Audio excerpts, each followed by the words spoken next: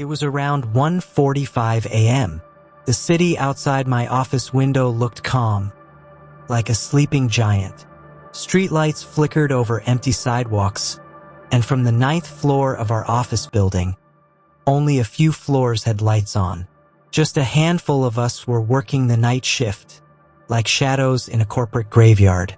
I work in the IT department at a tech company, 25, single. Just a few months ago, I had started saving after clearing my debts, planning to take my mom and younger sister on our first real vacation. For once, life actually felt stable. That night, I was buried in code, debugging a tricky issue in a healthcare app. Some teammates were dozing off, others scrolling on their phones. Just another quiet night. My head throbbed. The screen began to blur. I needed a break. I pushed back from my desk, stretched, and walked to the cafeteria. Night shift coffee is always terrible, but somehow it feels like survival fuel. I took a sip and frowned. Before heading back, I stopped by the restroom. That's when I heard it. Muffled voices, a loud slam, distant screams, barely audible, but definitely real, from the floor below. I paused, listening near the stairwell. Then another scream, this one louder. My heart started racing. Probably just maintenance or cleaning staff moving stuff around, I told myself.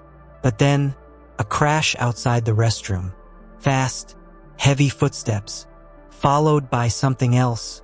A deep, strange growling sound. Nothing like any human or animal I'd ever heard. Goosebumps rose up my arms. Then came another scream, this time right outside. I rushed out and froze. The hallway was chaos. Chairs overturned, lights flickering, stains on the floor.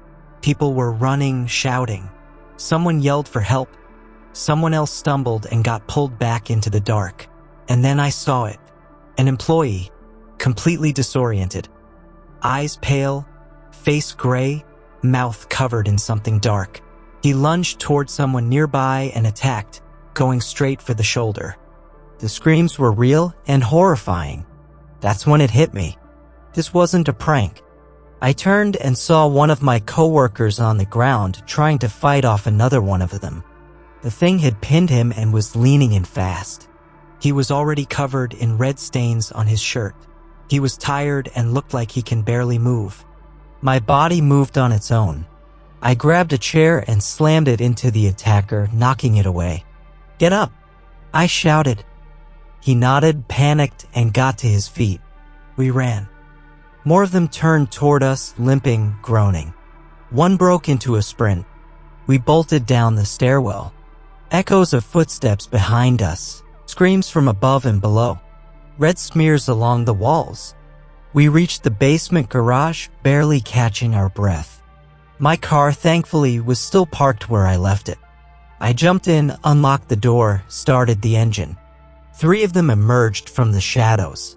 One jumped onto the windshield, face pressed to the glass, growling, clawing. I floored the gas. The car launched forward. One got knocked into a pillar. I swerved at the exit and the one on the windshield flew off. As we got on the road, more of them spilled into the street behind us, drawn to the sound, the movement. They were heading toward the city, toward homes. My mom and sister. I was hoping they were still okay. "What is this?"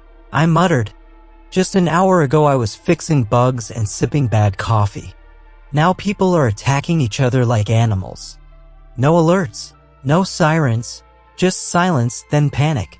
There had to be something behind this. A cause, a source. But I didn't have time to think about that. "We're gonna make it," I whispered, more to myself than him. "We have to." My colleague sat beside me in silence, his face frozen with fear. I tightened my grip on the wheel. The streets ahead still looked calm, but I knew not for long. It took us a little while, but we finally reached my neighborhood. My chest felt like it might explode from the stress. We jumped out of the car and ran up to the house.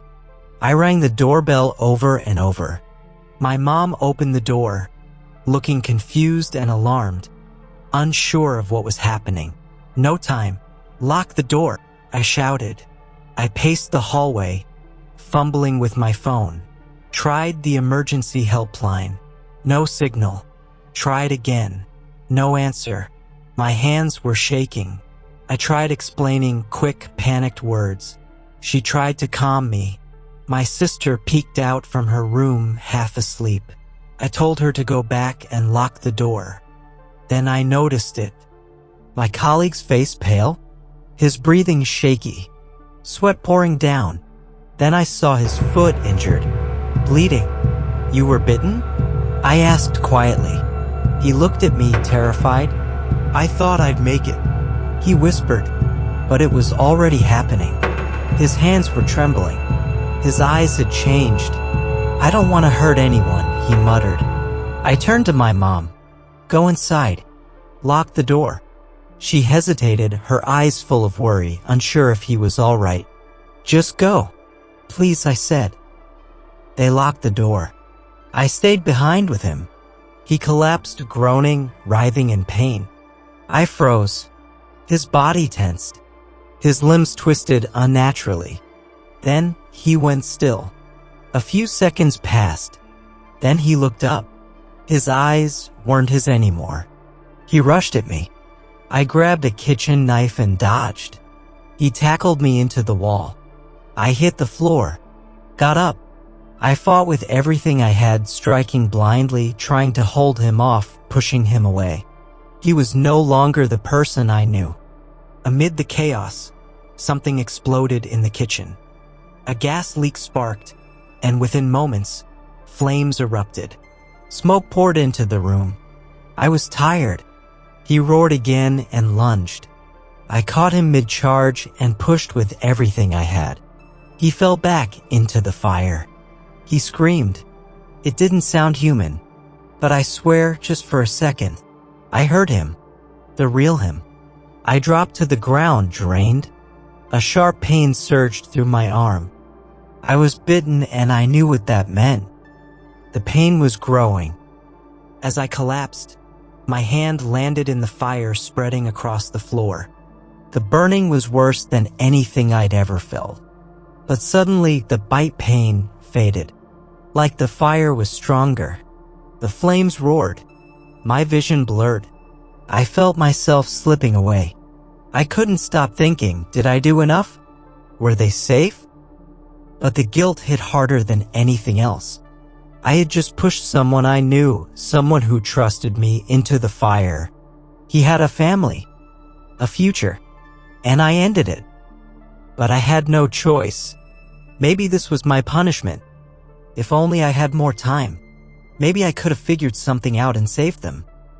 Outside, the city was falling apart, sirens, screams, crashing cars.